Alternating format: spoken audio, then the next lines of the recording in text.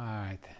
Happy Sabbath, everybody. We're continuing on our study about the covenants. And to summarize, we have a everlasting covenant. That covenant really was already in the mind of the Father, even from everlasting, right? And that covenant was the covenant that was given to Adam and Eve. And that covenant is the covenant that was preserved by Noah and then repeated again by Abraham. And that's why it's called the Abrahamic covenant. And that is the everlasting covenant. But the problem is that the Israelites, during the time of the bondage in Egypt, they forgot about God. They forgot about the law. They had no faith and they had no patience. They forgot about the Sabbath. They forgot everything. And to be able to be in the Abrahamic covenant, you have to have faith, right? Mm-hmm. Yeah, you have to believe in God. You have to have faith. You have to have patience. But the Israelites in Hebrew lost all of that knowledge. So God had to condescend. He had to go down to their level and give them a remedial covenant. To at their level. Because if they want to live up to this covenant up here, it's not, they can never reach to that promise, right? So God had to condescend. Okay, I'm going to give you a lower level covenant, all right? And this is, one year that you can understand, all right? So that's what they did. And that's what the covenant that was given at Sinai. And that's called the first covenant, which is actually the old covenant. Right? So the first covenant or the old covenant is a remedial covenant for people who already forgot God. Right? Because they have no faith, no patience, they don't even understand the law, they don't understand the Sabbath. No obedience. No, you cannot be under Abrahamic covenant if you don't have any of that. Okay? All right. Oops. Okay, so we will go to the Old Covenant, right? Now we go to the Old Covenant. The Old Covenant. Let's see what the Old the Old Covenant, all right? But if the Abrahamic covenant containing the promise of redemption, why was another covenant formed at Sinai? If there's already a covenant called the Abrahamic covenant, why do you need another covenant formed at Sinai? We get this from Patriarchs and Prophets. Okay? In their bondage, the people had to a great extent lost the knowledge of God, right? And of the principles of the Abrahamic covenant. In delivering them from Egypt, God sought to reveal to them His power and His mercy, that they might be led to love and trust Him. He brought them down to the Red Sea, where, pursued by the Egyptians, escape seemed impossible, that they might realize their utter helplessness, their need of divine aid, and then He wrought deliverance for them. Thus they were filled with love and gratitude to God and with confidence in His power to help them. He had bound them to Himself as their deliverer from temporal bondage, all right, from temporal bondage. But there was a still greater truth to be impressed upon their minds. Living in the midst of idolatry and corruption, they had no true conception of the holiness of God. Right? They don't understand who God is. Right? Because if they do, then they won't sin. Right, well, that's true. Of the exceeding sinfulness of their own hearts. Their utter inability in themselves to render obedience to God's law and their need of a Savior. All this, what? They must be taught. So it's to teach them something that they already forgot, right? The Lord had to go down to their level. You have to go down to the people's level, right? You can't say, hey, you guys come up to this level, right? No, God had to condescend down to their level. Wow, pretty amazing. Okay, The people did not realize the sinfulness of their own heart, and that without Christ it was impossible for them to keep God's law. And they readily entered into the covenant with God, right? Feeling that they were able to establish their own righteousness, they declared what? All that the Lord has said we will do and be obedient. Oh, we can be obedient. We can be righteous with our own efforts. They had witnessed the proclamation of the law in awful majesty and had trembled with terror before the mount. And yet only a few weeks passed before what did they do? They broke the covenant with God and bowed down to worship a graven image. They could not hope for the favor of God through a covenant which they had broken. Yeah? See, they could not hope for the favor of God through a covenant which they had broken. And now, seeing their sinfulness and their need of pardon, they were brought to feel their need of a Savior revealed in the Abrahamic covenant and shadowed forth in the sacrificial offerings. Now by faith and love they were bound to God as their deliverer from the bondage of sin.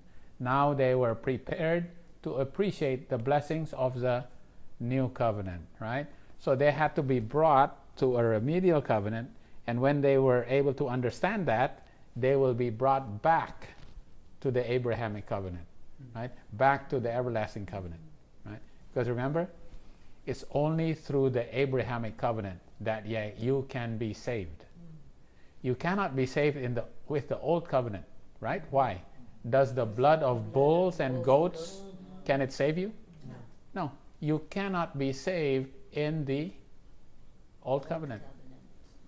You can only be saved by the blood of Christ, which is shed and promised in the Abrahamic covenant, in the everlasting covenant. Salvation only comes through the eternal covenant. It will not. So the sanctuary service doesn't save you, right? Yeah, it doesn't save you. That's pretty amazing.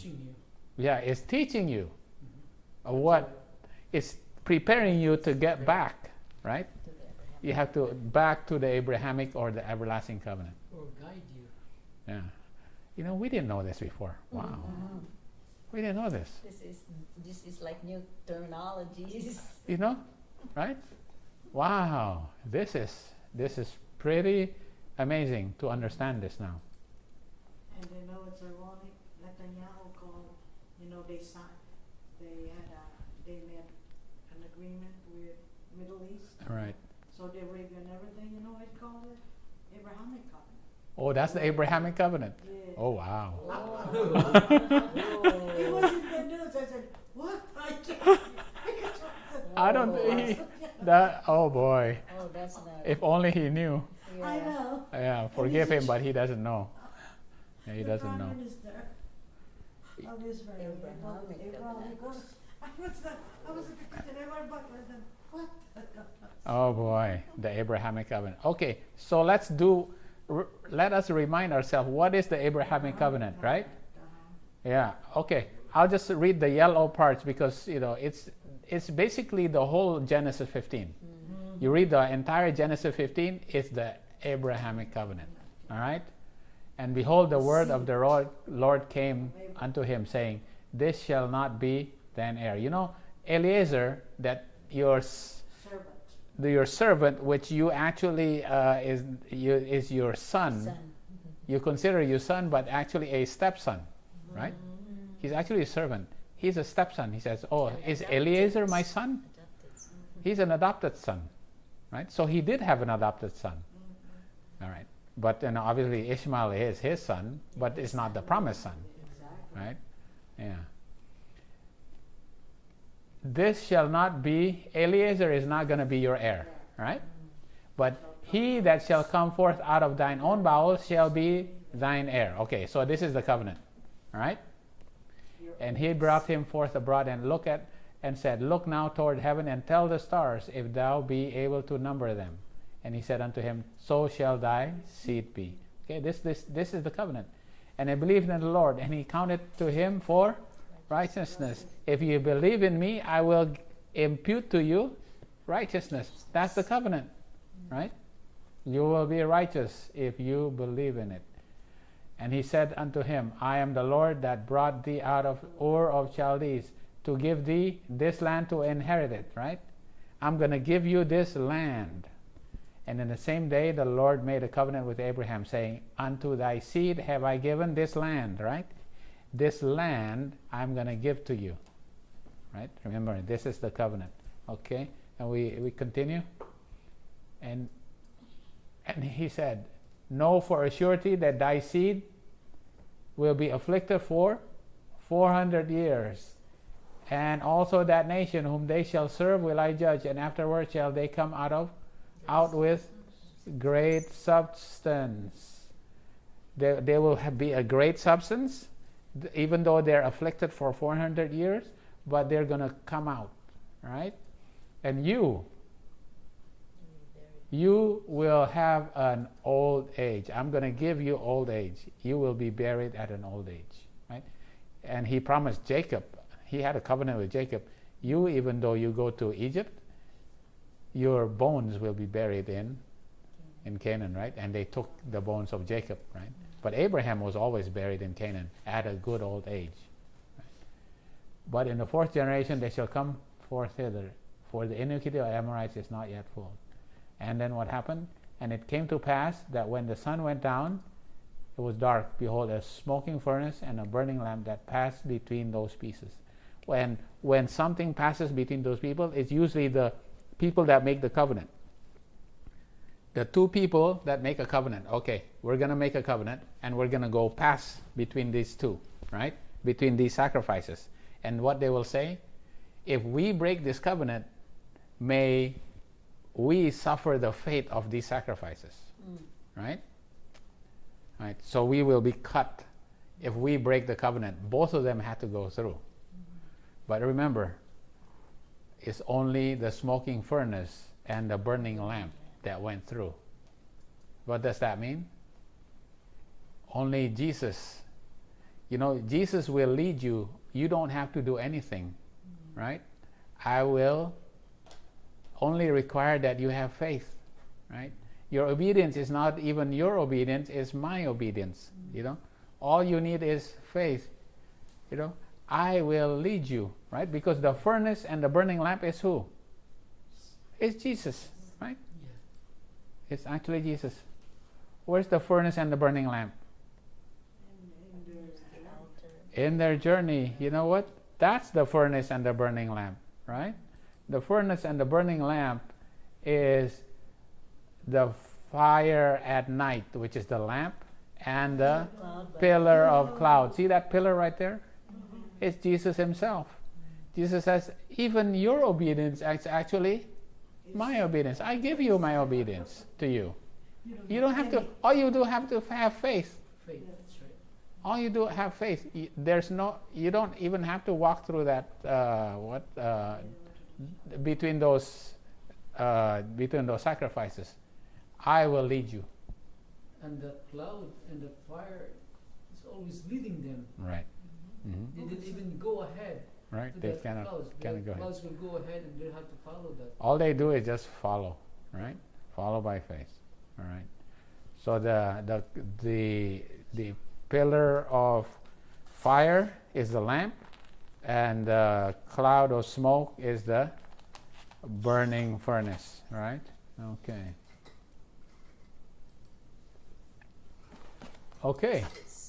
Okay, now we compare it with the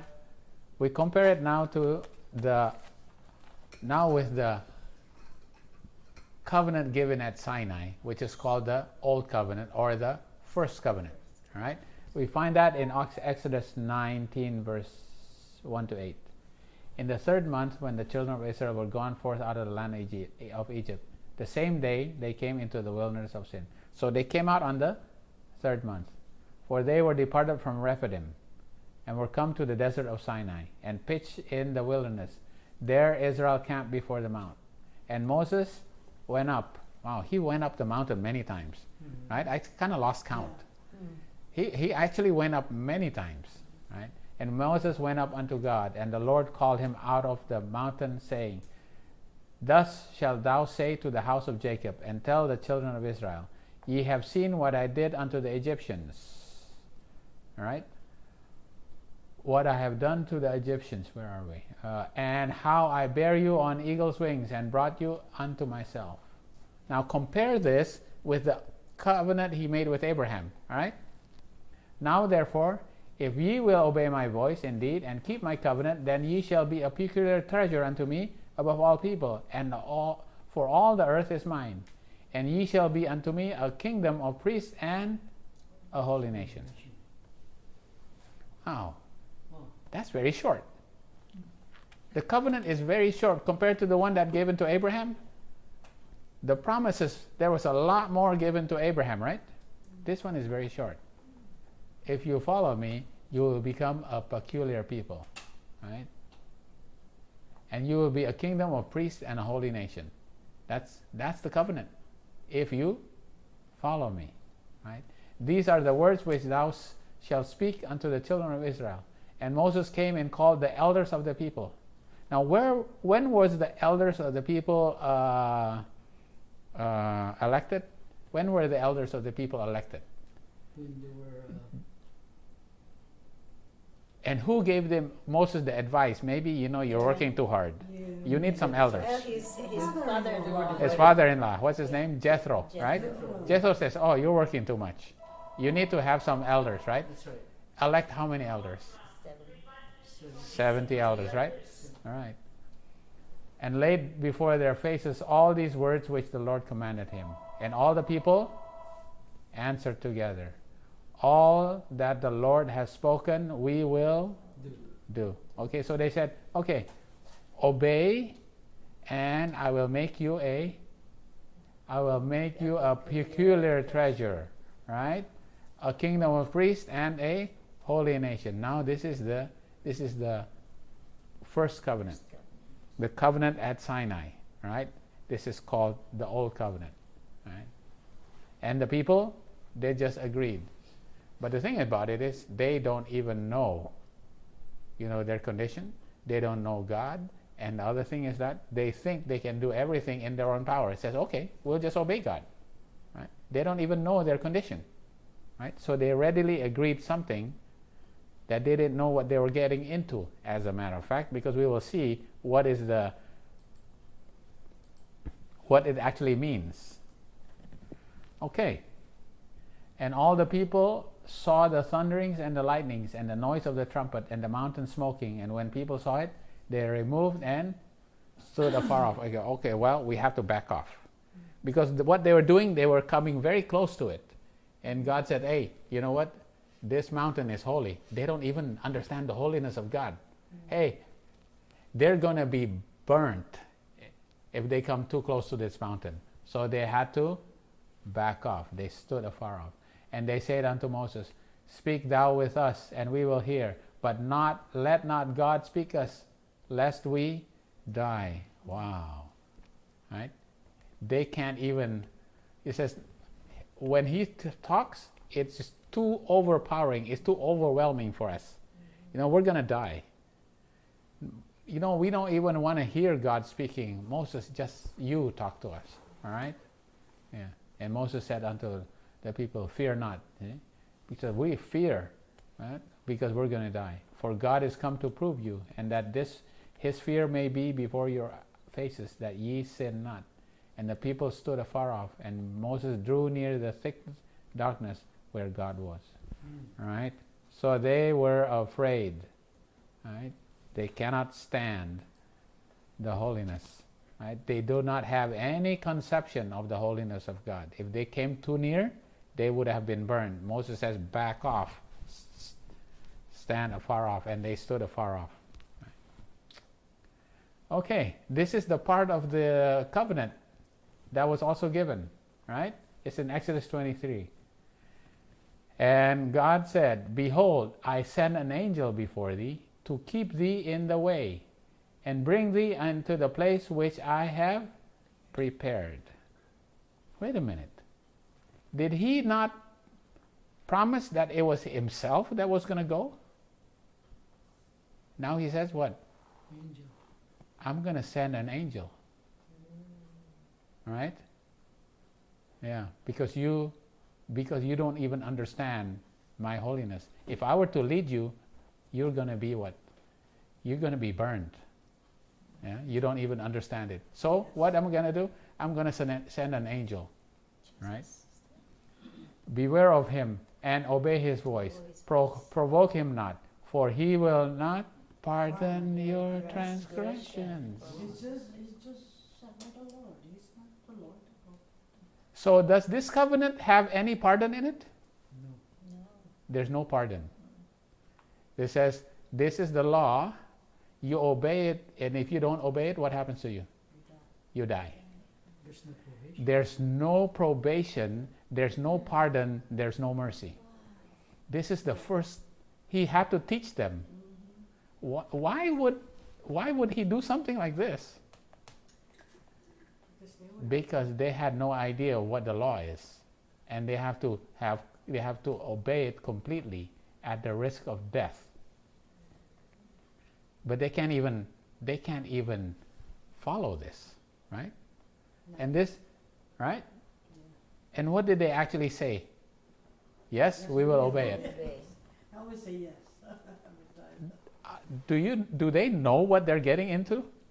No. As soon as they obey, there is no mediator, there's no intercessor. They said, you do, and you die. If you're not. I think they know, but they really didn't. They did not understand what they were getting into. And God had to teach them. This covenant had no provision for a probation, for a savior, Yes. for a pardon, for any mercy. It was completely law. It's just a law, right? You obey the law, you live. You disobey the law, what happens? Die. You die. Wow. Right? This is, So strict. he had to teach them, right? Imagine the first person, they said, okay, give the 10 commandments, you obey the Sabbath. You cannot work on that day. On that day, thou shalt do no work, right? But they That following week, a person went and gathered sticks. What happened to that person? They had to stone him. Why was God so strict? They had to teach him, these people had to be taught a lesson about the holiness of the law. Right? They didn't understand it. They didn't know God. They didn't understand God. They didn't So, understand and God. The law is the character of God. Right? They had no understanding. They thought it was, it's just a mistake. It's not a big deal. Oh yeah? Well, you have to be taught something, that it is a big deal. That if you break the law, it is a big deal. You're gonna die. Get punished. So it seems like God go back to the covenant with Adam and Eve. Like, Well, only one little sin, boom. They're out. as a matter of fact, this covenant is good for people who don't sin, right? Yeah, because they will not. But they're die. not gonna sin. They will always get all the promises because they don't sin. But for sinners, is this, I like the word, is this sinner friendly? Not sinner friendly. It is not sinner friendly. This covenant is not sinner friendly. And God had to teach them because they did not understand the law. Wow. It's pretty amazing, huh? Study the covenant is amazing. Yeah. God's way. Oh, and after this,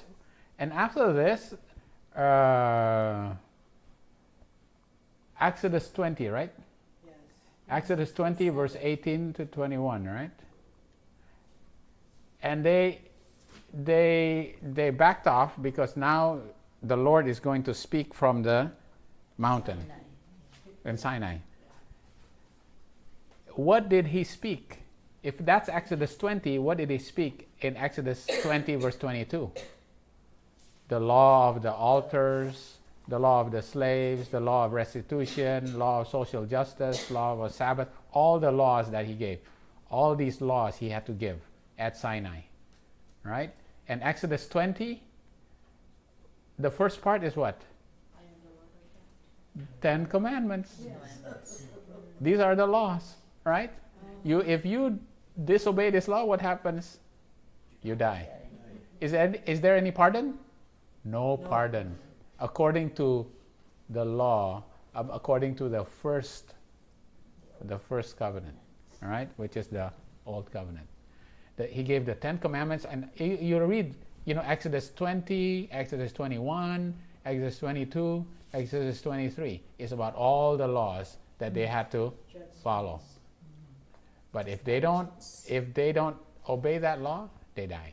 Judgments and statutes. All those laws.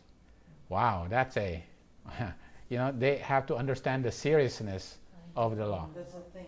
And then in the environment that they're on, Mm-hmm. wherein, you have to do being a slave. Yeah. You have to do what your slave master is telling you. And it must be brought to their attention, as you said, the seriousness of God's law. But Gordon, after backsliding, living in Egypt for 490 years, and all of a sudden full of rules. They're not even Because escaping they were so free. There was no discipline before. Yeah. Mm-hmm. Yeah. Yes. Mhm. All of a sudden, And this is actually for their own good. Yeah.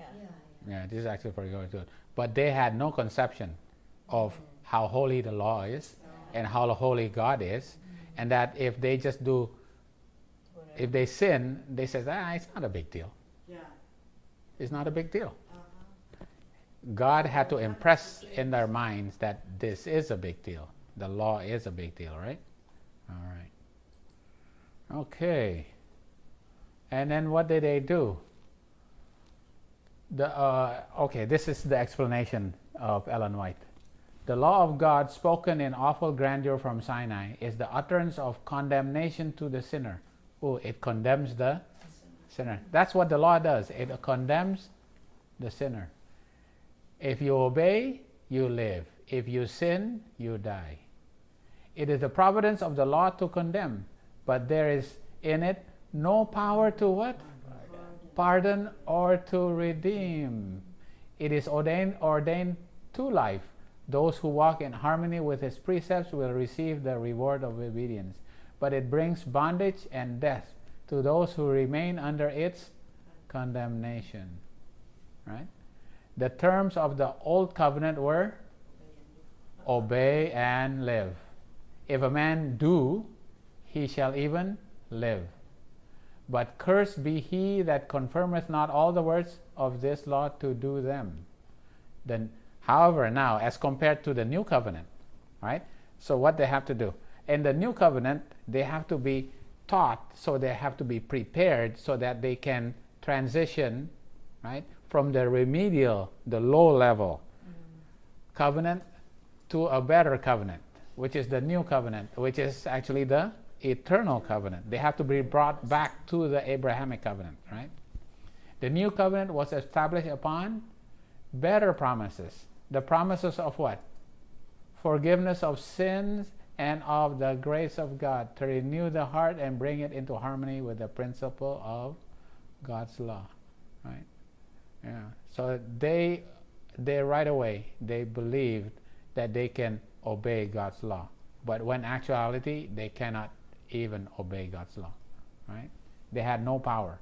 And the power is the grace of God to be able to give them the ability to obey God's law, right?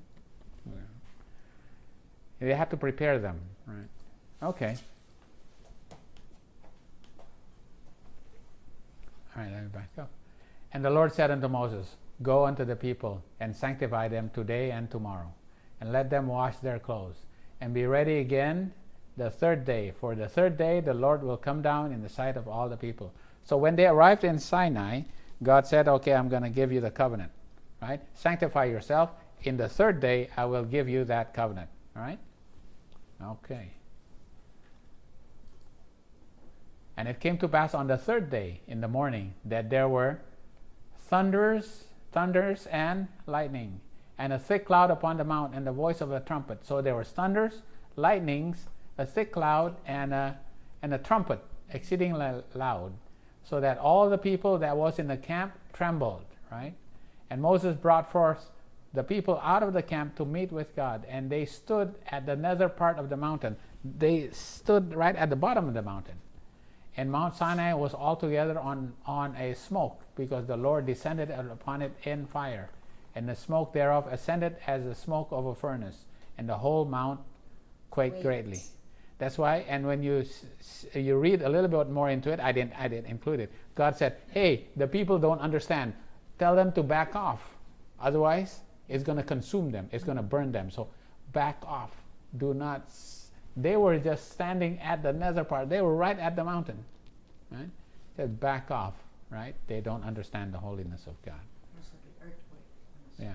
So there was a thunder, lightnings, trumpet. The people trembled. There's fire to come down. And the Lord descended upon it in fire. He descended in fire. Right? Okay.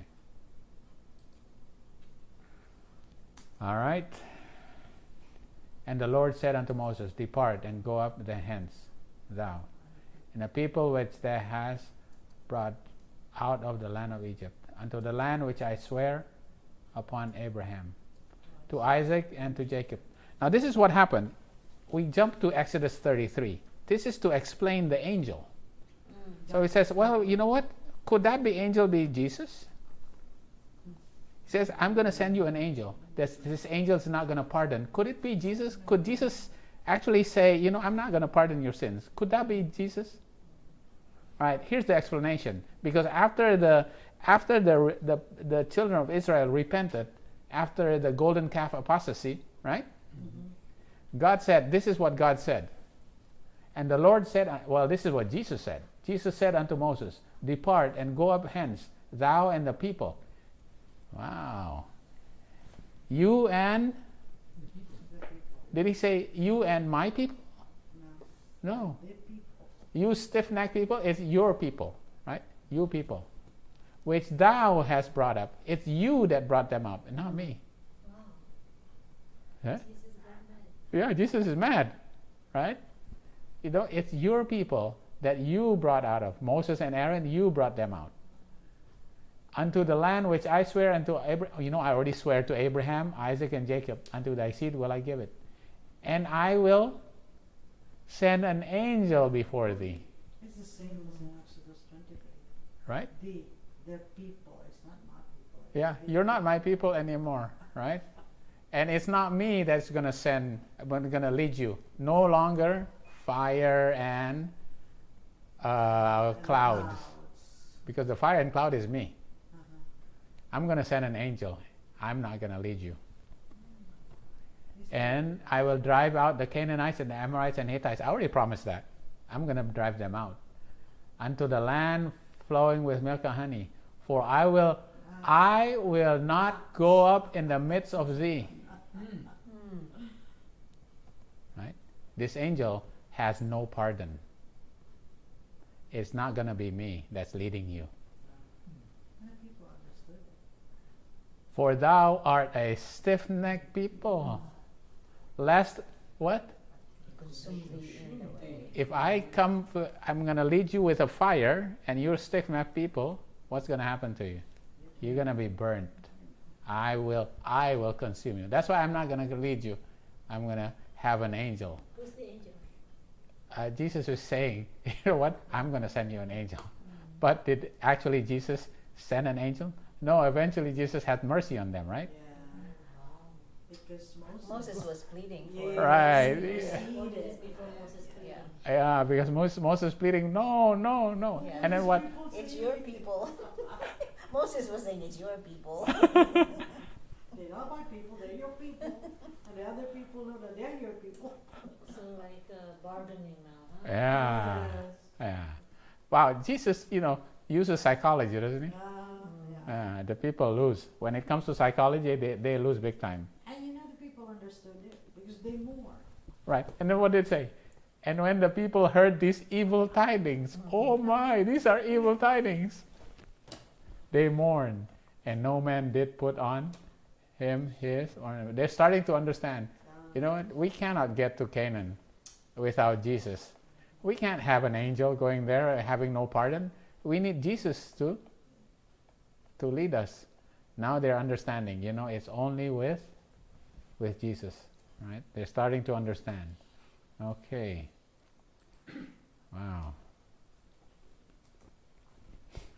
But there was a still greater truth, right?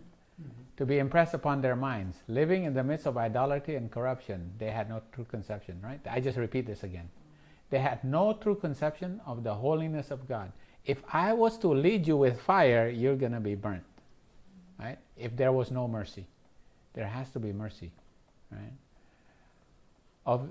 They have no true conception of the holiness of God, of the exceeding sinfulness of their own hearts, their utter inability in themselves to render obedience to God's law, and their need of a Savior. All this, they must be taught. Right? I repeated that because, it's so important. What did Jesus try to teach them?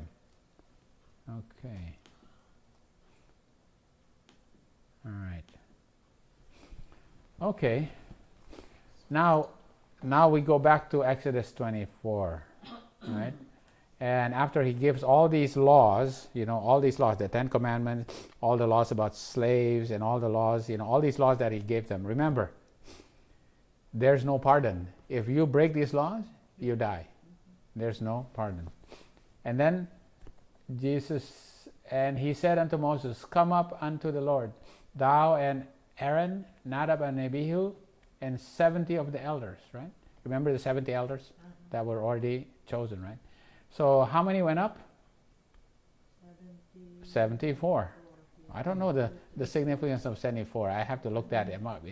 Anyway, the ones that went up was 74.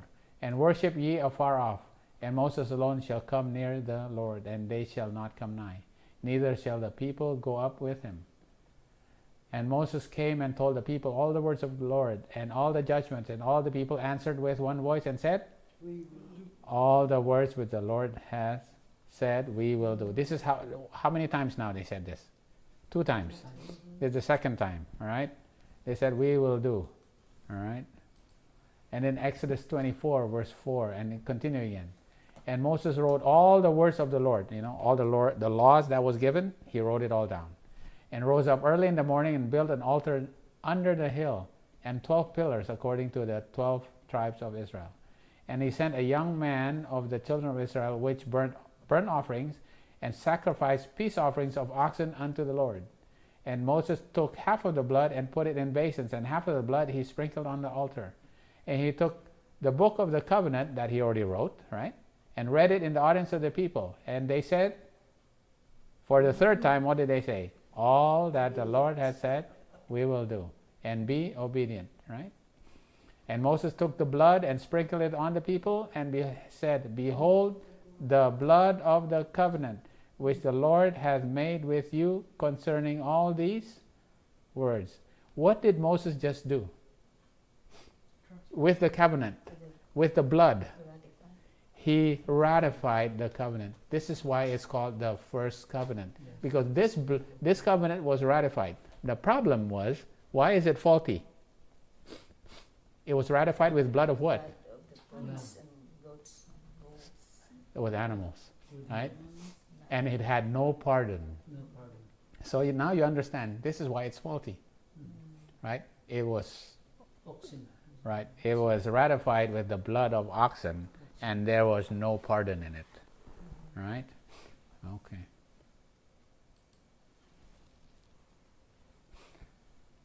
Okay, and then went up Moses and Aaron, Nadab and Abihu, and 70 elders of the people, and they saw the God of Israel. Wow. They saw the God of Israel. No. You see, and there was under his feet, as it were a paved work of sapphire stone. And that's what they saw under the feet. And as it were the body of heaven in his clearness. And upon the nobles of the children of Israel he laid not his hand. Also they saw God, and did not eat and drink.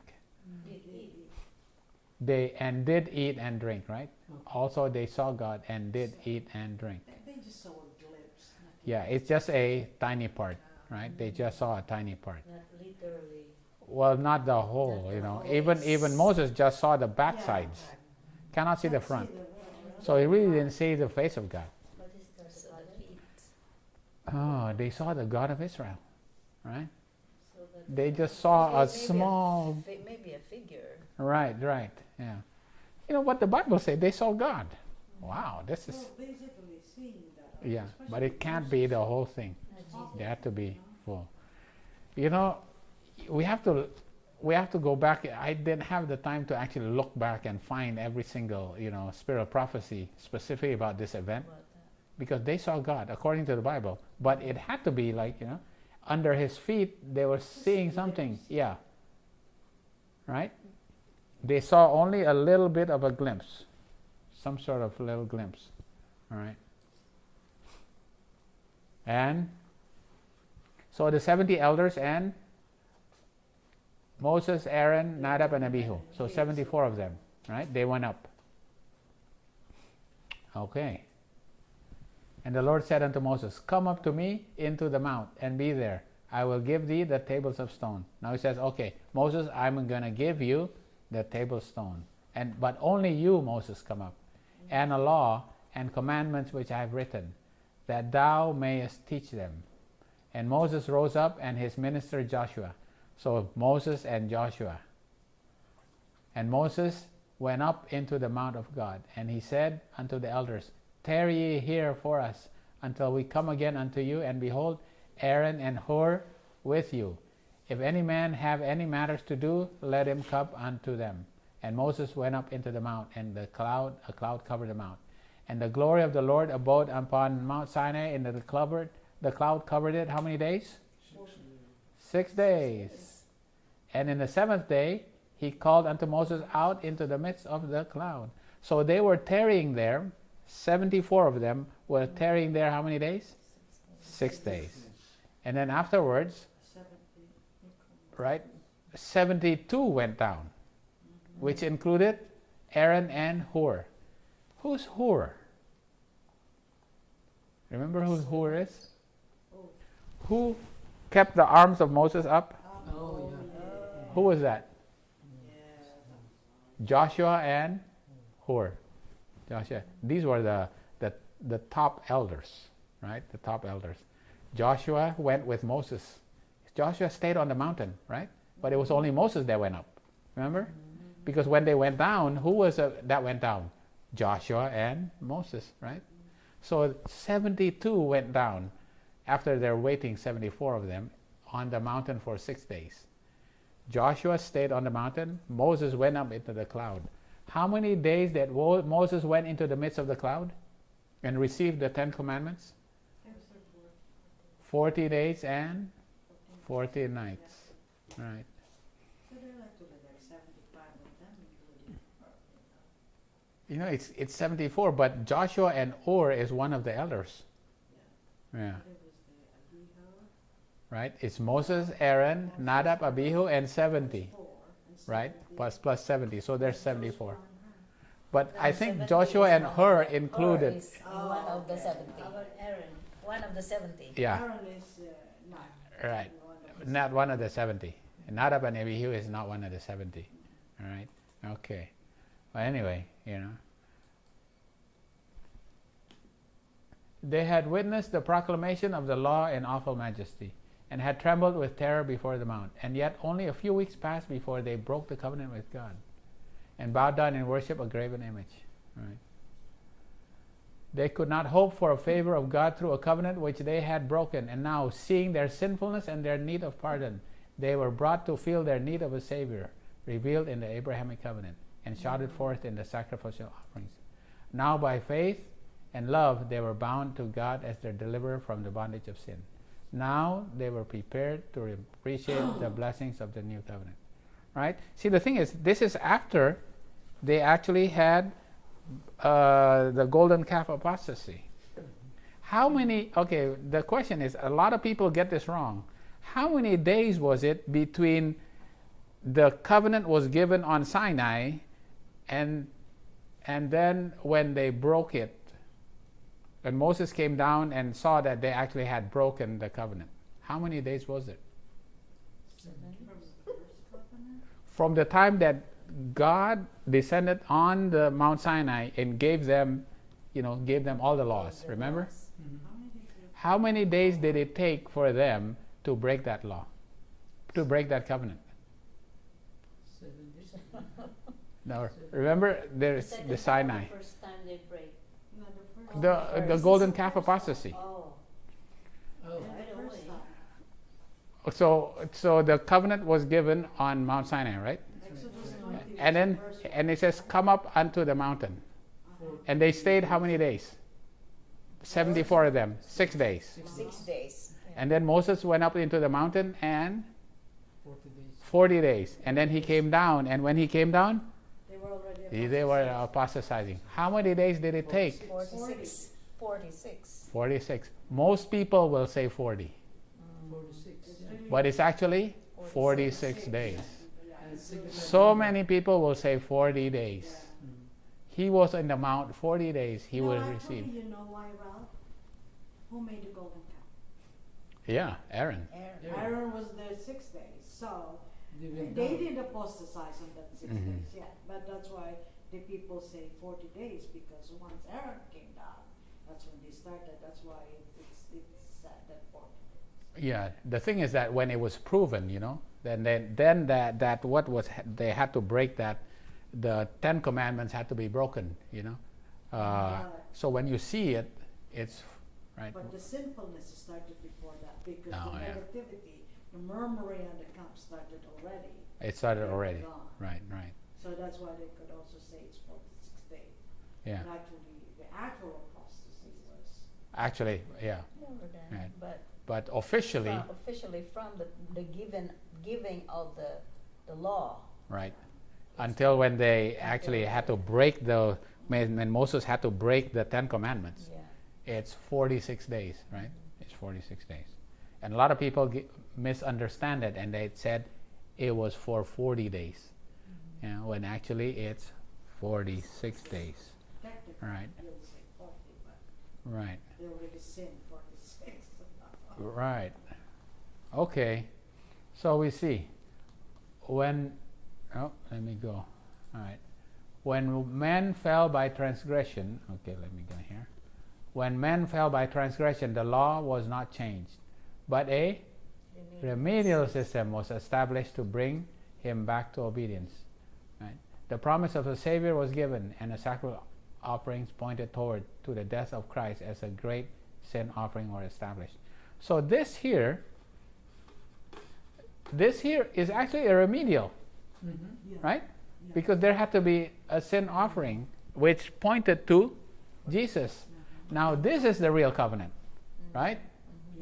Yeah, Jesus. This is the real covenant. So between here and here, this is remedial. But you know what? The people even fell even lower, right? So they had to make something that was even lower, right? A first covenant, which is an old covenant. And this first covenant was designed, right?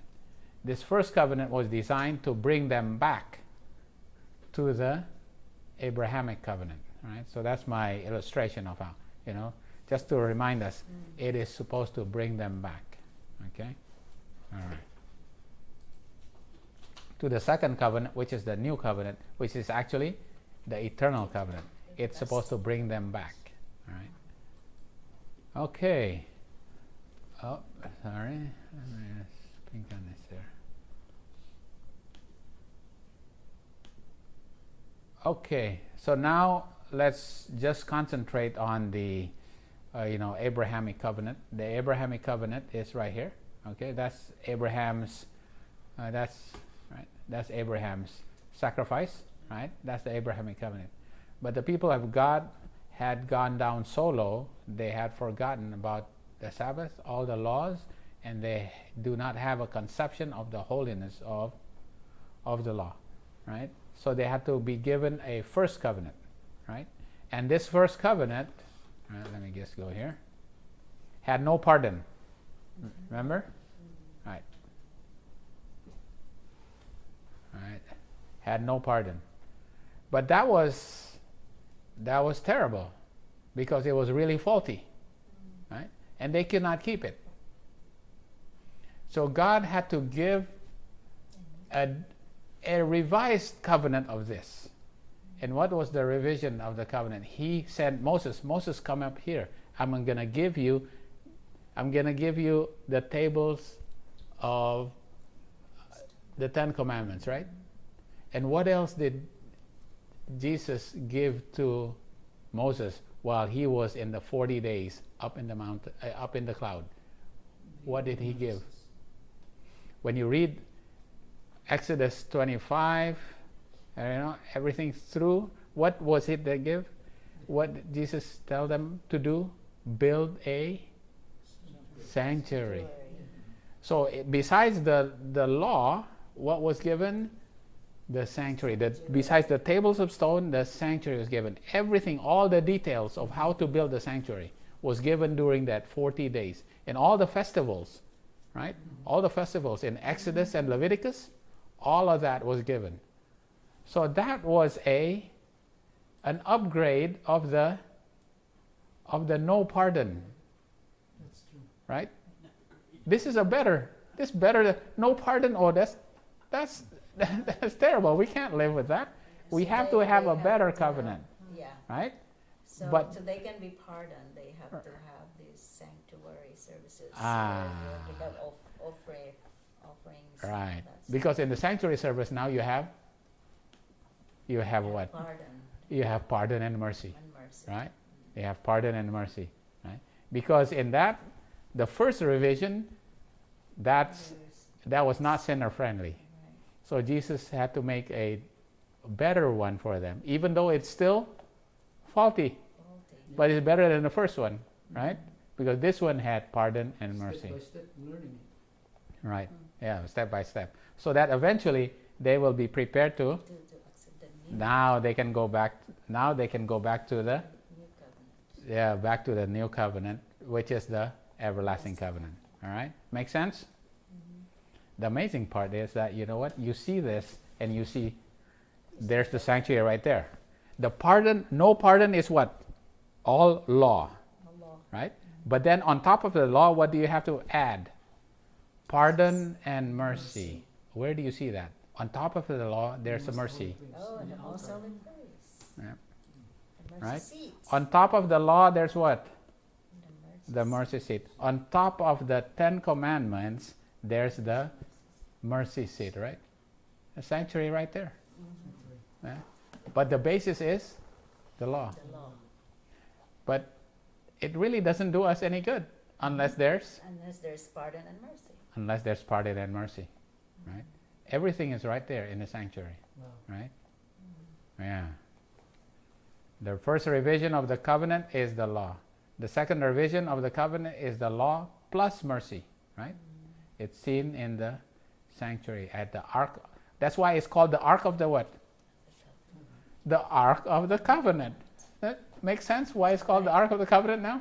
Because of the covenants. Right. This is covenant. It has to have a law and a mercy. It's called the law of the covenant. Mercy on top of the law, right? So the covenant's already there, past, Oh yeah. beyond. hmm So let's see. It becomes pretty interesting when you get to this part. Now let's see. Okay, well, Jesus, right? Well, Jesus died because he ratified the covenant, The covenant. the everlasting covenant. But remember, the blood of oxen was used to ratify the first covenant, right? The first covenant. Okay. Right. So when Jesus died, it's so that afterwards he will be able to send you his spirit, right? At the Pentecost. Okay? Now, what does the Pentecost have anything to do with the Father? God actually coming down on Mount Sinai.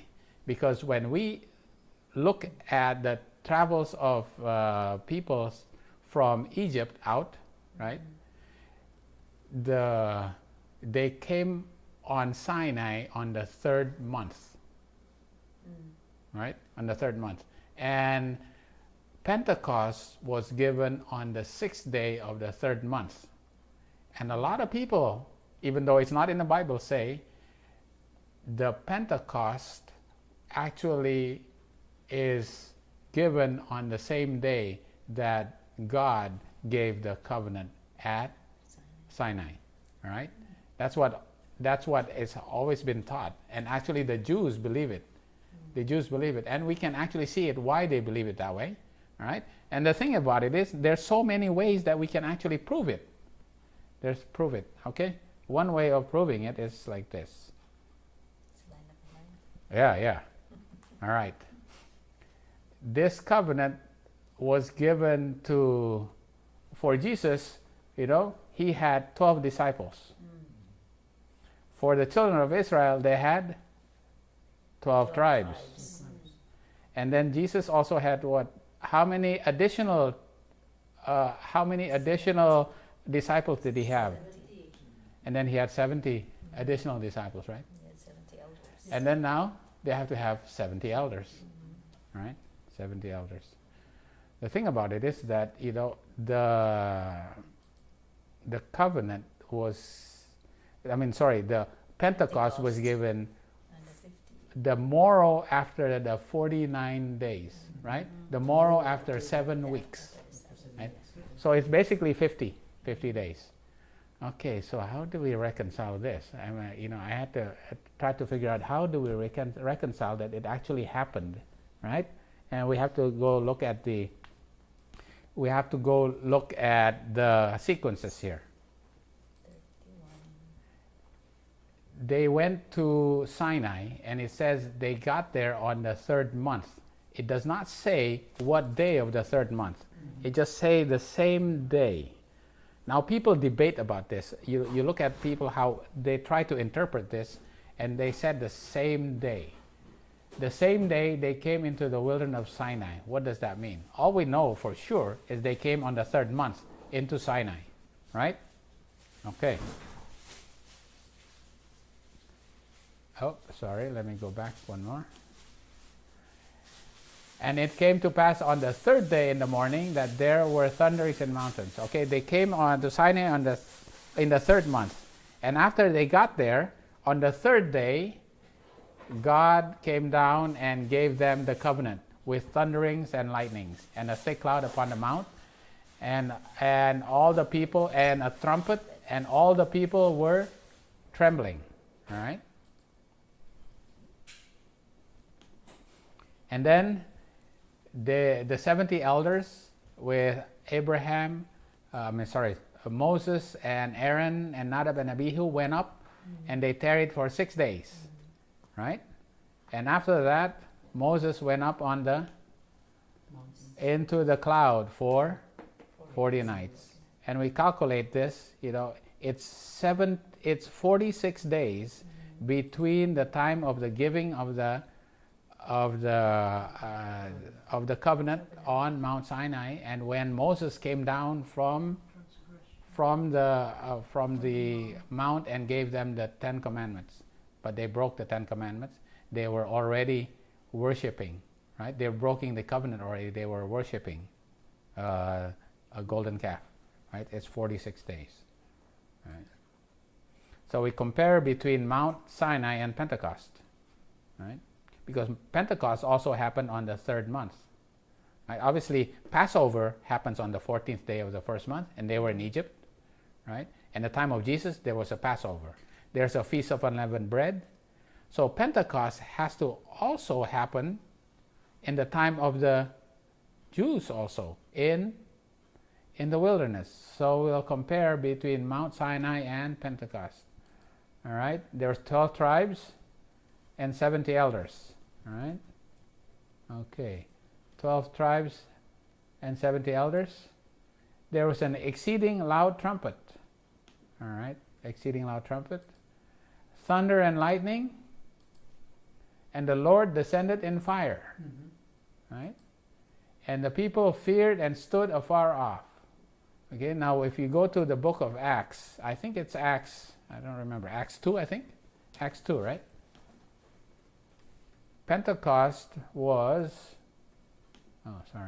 the Lord descended in fire, and they feared and stood far off. The Pentecost where there were 12 disciples, well then one died and had to be replaced, right? So there's 12 disciples, and there's also 70 other disciples. All right? And there was a sound of a rushing mighty wind. Mighty winds, yeah. Right? A sound of rushing mighty wind. And what else? There are cloven tongues like fire that descended. See? The Lord descended in fire, and the cloven tongues like fire descended. Okay. And what else? The people were amazed and marveled. Right? The people were amazed and marveled. So with all this, we would be able to say, it had to be at the time of the Pentecost, and this is what a lot of people believe, and because all the types were being fulfilled at that time, right? Yeah. All the types were being fulfilled at the time of Jesus. So that the Pentecost was a type of the giving of the covenant at Mount Sinai, right? Because the types, it was being fulfilled. All right. Now we look at the calendar. And this calendar is from 1533 BC. And you can go back to 1533 BC and look at what the calendar was in the Julian calendar. It's in the Julian calendar and the Hebrew calendar. Now it's a little different, because on that, when they came out of Egypt, right, the 14th day of the first month actually happened on a Wednesday, right, as compared to 31 AD. The 14th day of the first month actually happened on a Friday.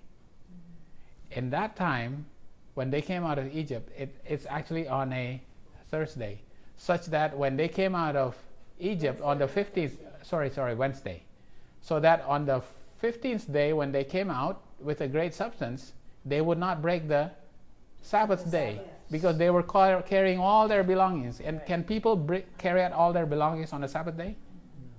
Right. They shouldn't be traveling. Right. They can't be traveling and bringing out all their household, and so they came out on the 15th day, right? And that was on a Thursday. And when you calculate it, 49 days, and tomorrow after the 49th day, it actually is the 6th day.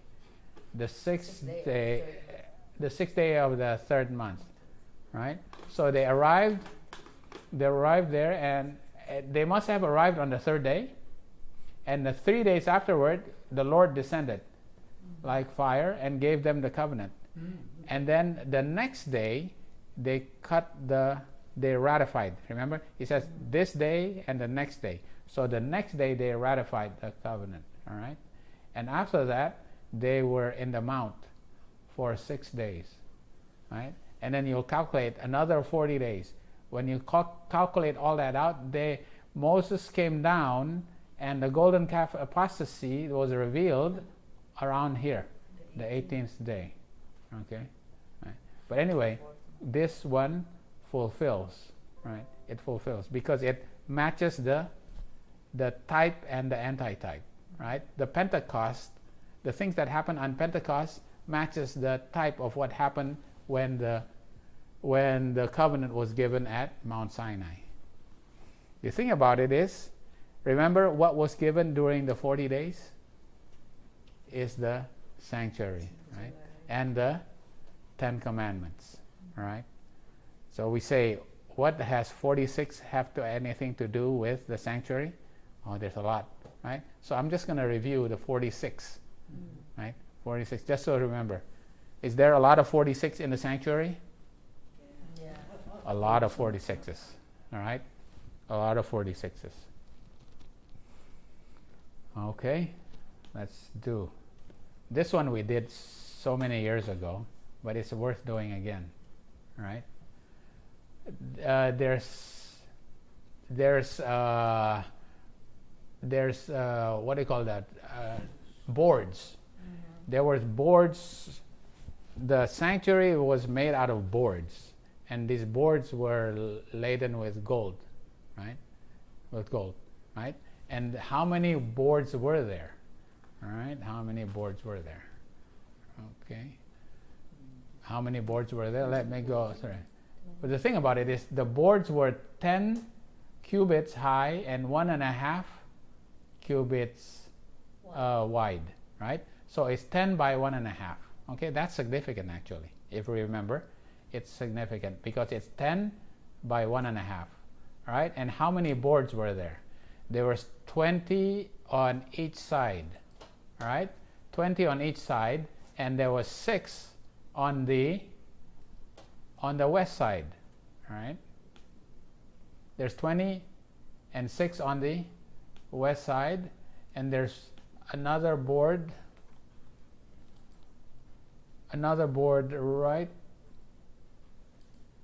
right there. There's 2 boards. So there's 20 and 20 and 6. So there's 46 boards right there. And there's 2 boards inside, right? There's 46 outside, and there's 2 boards inside, and each board is 10 by 1.5. All right? So when you find out what the perimeter of this board is. What is the perimeter when you measure the perimeter? 40. Is 20 what? The 20 and 20 and then Is 23, 3, yeah. right? Yeah. Is 23. Because it's one. The perimeter is 10 plus 10 plus 1.5 plus 1.5, correct? Correct. So it's 23. And how many boards are there? There's 2. Inside there's a 23 and a 23. There's 46, right? So outside there's 46, and inside the perimeters are 46. Okay, so there's 46. Okay, all right. This is interesting only if you want to believe it, but it cannot be done without, it cannot be a coincidence. So there's 20 on the north, 20 on the south, 6 on the west, right? Let's do that. So total on the outside there's 46, and the inside there's 2. There's total 48. But their perimeter is 23 cubits, right? And there's 2 of them, and the inside. Okay, 2 inside boards. The circumference, right? 46 cubits, right? Okay. All right. 1 Corinthians 3, verse 16 to 17. Know ye not that ye are the temple of God, and that the Spirit of God dwelleth in you? If any man defile the temple of God, him shall God destroy. For the temple of God is holy. What's inside the temple of God? Well, there's those 2 pillars. And the circumference, the perimeter of those are 46. Right? Thy word have I hid in my heart. So the word of God is in my heart. Okay. The word of God is the 10 commandments. The word of God is the 10 commandments, right? And the 10 commandments have 4 for God and 6 for men, right? And how many chromosomes do we have in us? 46. We have 46. 23 from mom and 23 from dad, right? There's 46 chromosomes, right? So 46 is the sanctuary. There's multiples of 46 in the sanctuary, and we also have 46 chromosomes that eventually God will say, I will write the law in you, right? In your hearts, in your minds, eventually, right? It will be in you, right? It will be written even in our chromosomes. Okay. All right. You have another 46. This is another 46. It's about the sanctuary, right? Then he said, then the Jews said, and then Jesus said to the Jews, 46 years was this temple in building, and wilt thou rear it up in 3 days?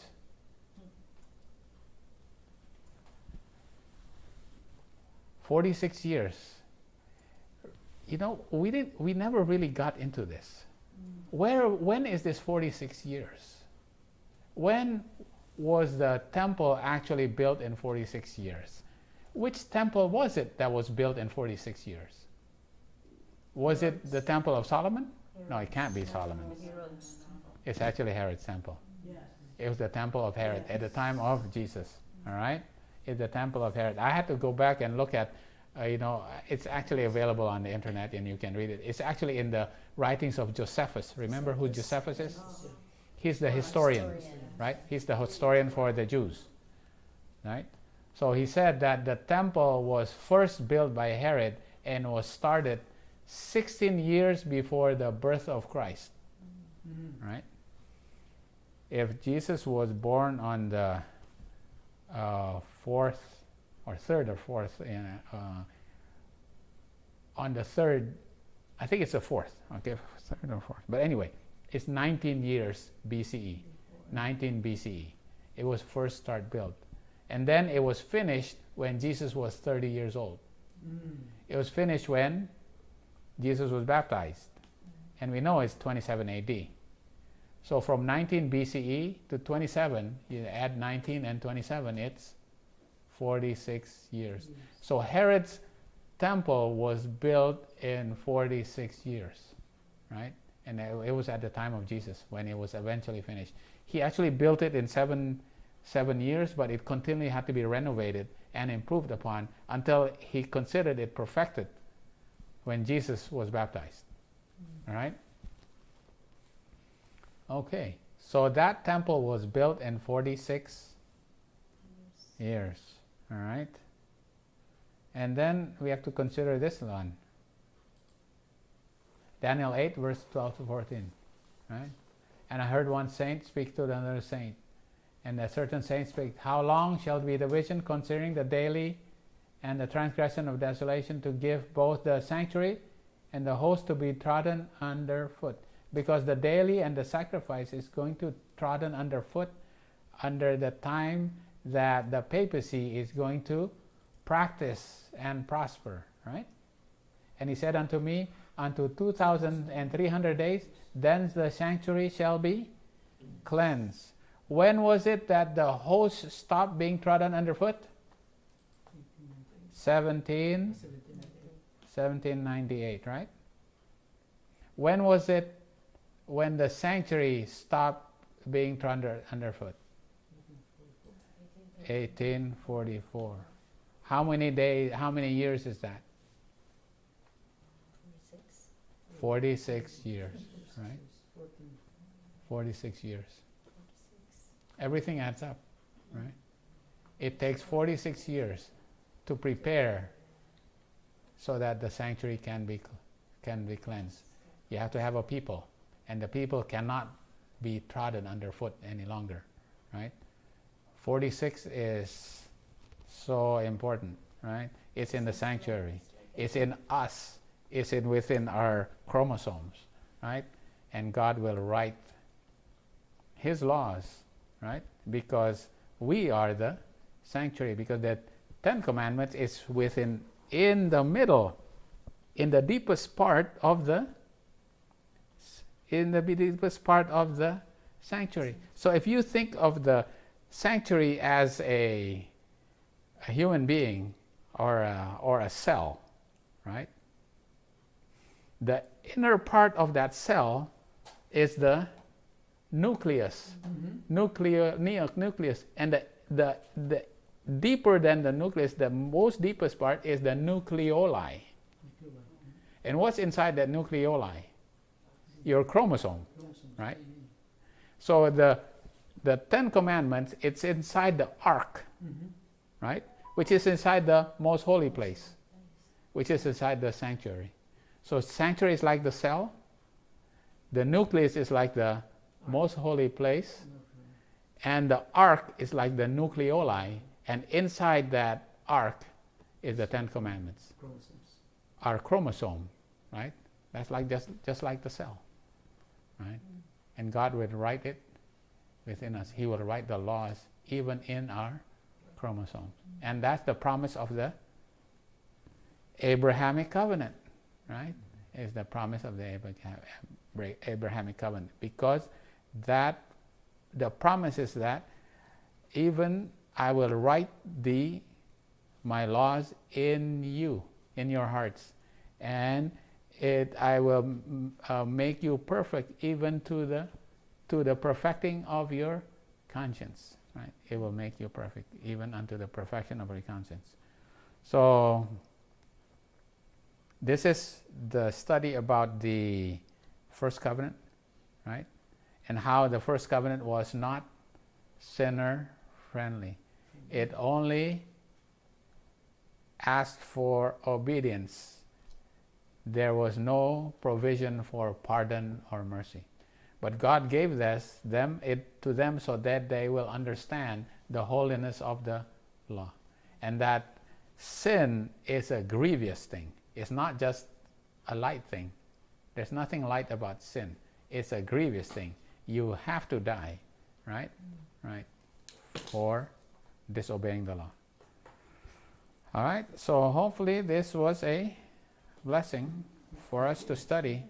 It is so important that we understand the covenants, so that we can understand the sanctuary, so that we can understand what covenant we have to be in to receive salvation. And it only comes under the Abrahamic covenant, all right, which is the everlasting covenant.